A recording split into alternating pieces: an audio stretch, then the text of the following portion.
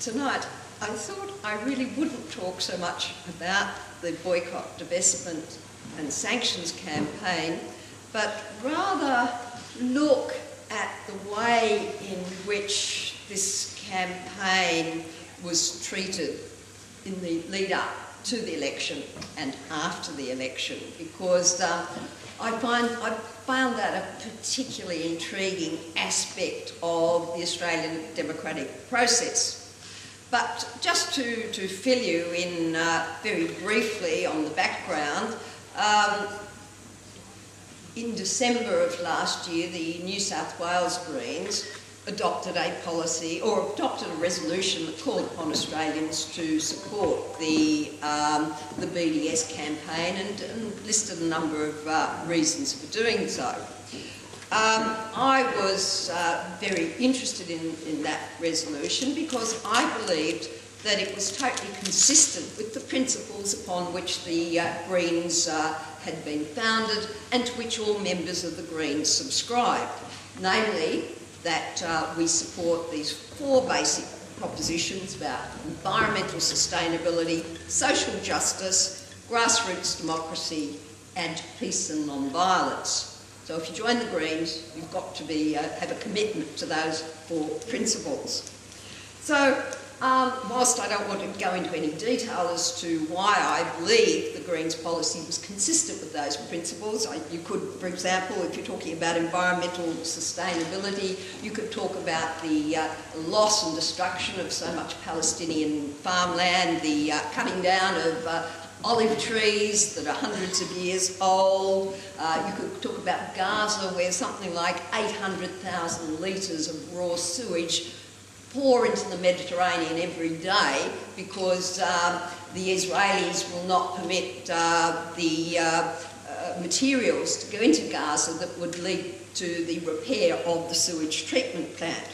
Social justice, I think you need perhaps just look at this morning's Herald when it talked about Israeli policies of preventing Palestinian people who leave Israel from returning to their lands. And you've got, of course, when I was in Lebanon last July, I went to a refugee camp, refugees who had fled both post-1948 but also subsequently to 1967. And I saw conditions where 22,000 people were living in appalling circumstances in 1 square kilometre. 22,000 people. And most of these people were young people, people who were in many ways facing a lifetime of hopelessness and despair. So social justice.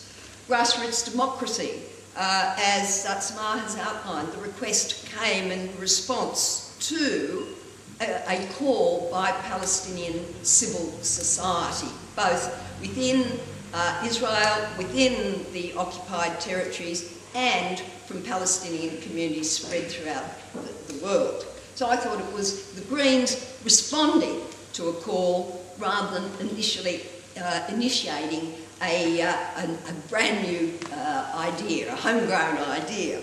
Non-violent, well, essentially BDS is the epitome of a non-violent response. It's a tactic that we've seen in the case of South Africa can be quite devastating.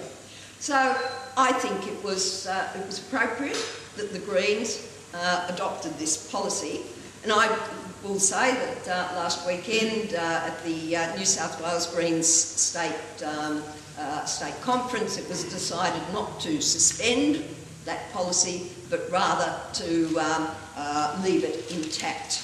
Although it was also decided to pursue a fairly intense education campaign, not only amongst the broader community, or at least to examine the issues and to obtain information from all sources within the community, with a view to educating not only Greens members but members of the broader community. But having both adopted this campaign and then the Greens members, namely Councillor Kathy Peters, who's here tonight, she moved the resolution that was adopted by Marrickville Council, and that resolution was seconded by a Labor councillor. So we had a position in December where both the council and the New South Wales Greens had come out and said that they were calling for support for the BDS.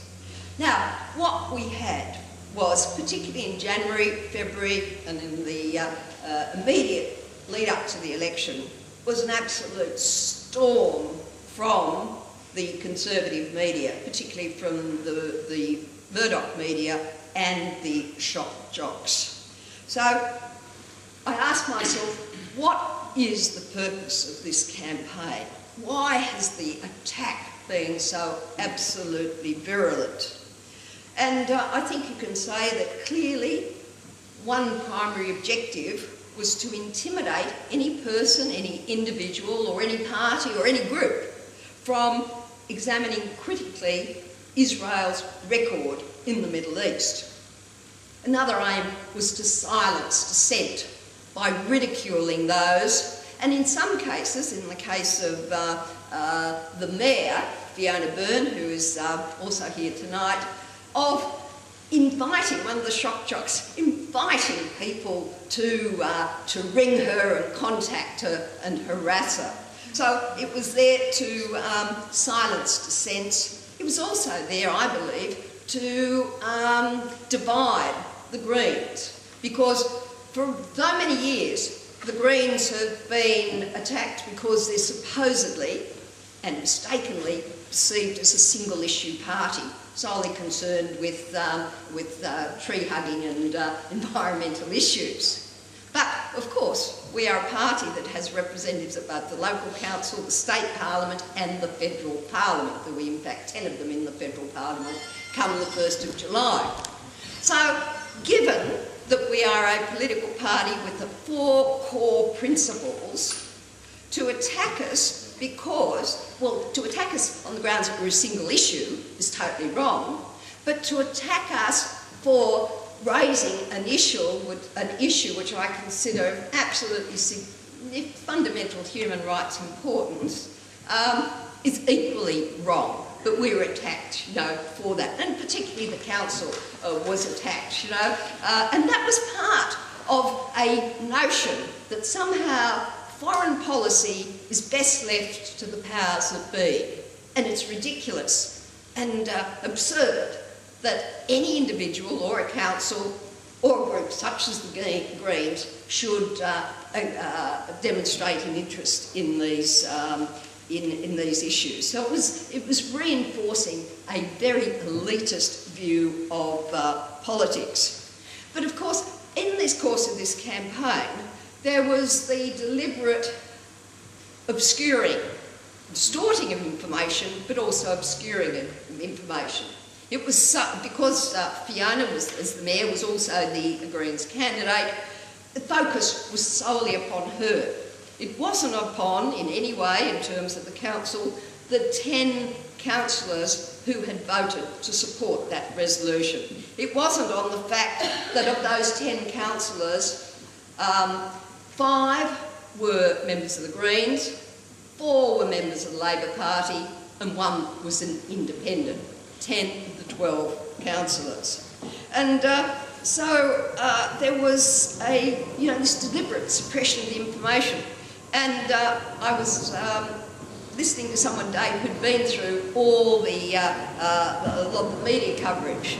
And they were saying in no article could they see any reference that appeared in any of the press to, say, the occupation of the Palestinian territories, or to, as I've said before, to the human rights abuses that were occurring, or to the extent, the breadth of the opinion that was on the council that was supported the BDS proposal.